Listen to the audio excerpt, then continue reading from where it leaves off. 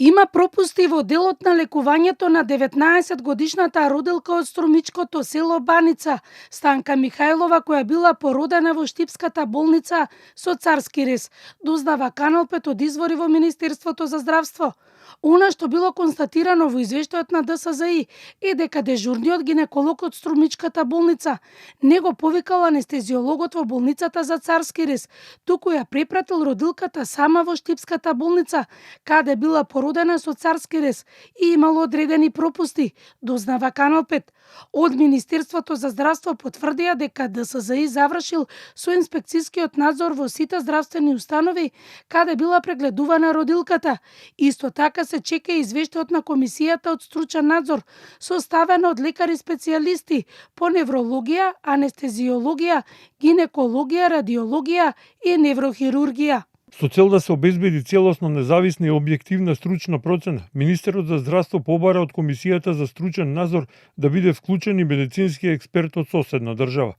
Тој ќе учествува во разгледување на целокупната медицинска документација на пациентката и во изготвување на стручното мислење за преземените дијагностички и терапевтски постапки.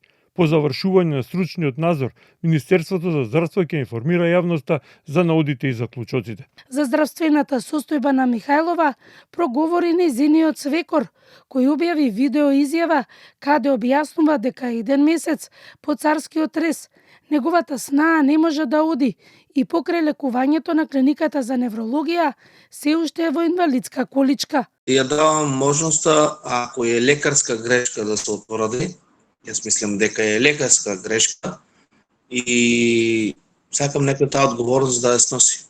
И друго, она не може да каже директивно некој си доктор, директивно ми каже вчера на докторка во Струмица пред да идеме во Штип, сами си ја однесуваме со наша кола, она ќе биде вика за цел живот пелезирана вика, нема вика повеќе да оди. Можеби ќе се случи на друг тоа. Од платформата за родова еднаквост бараат независна истрага за овој случај.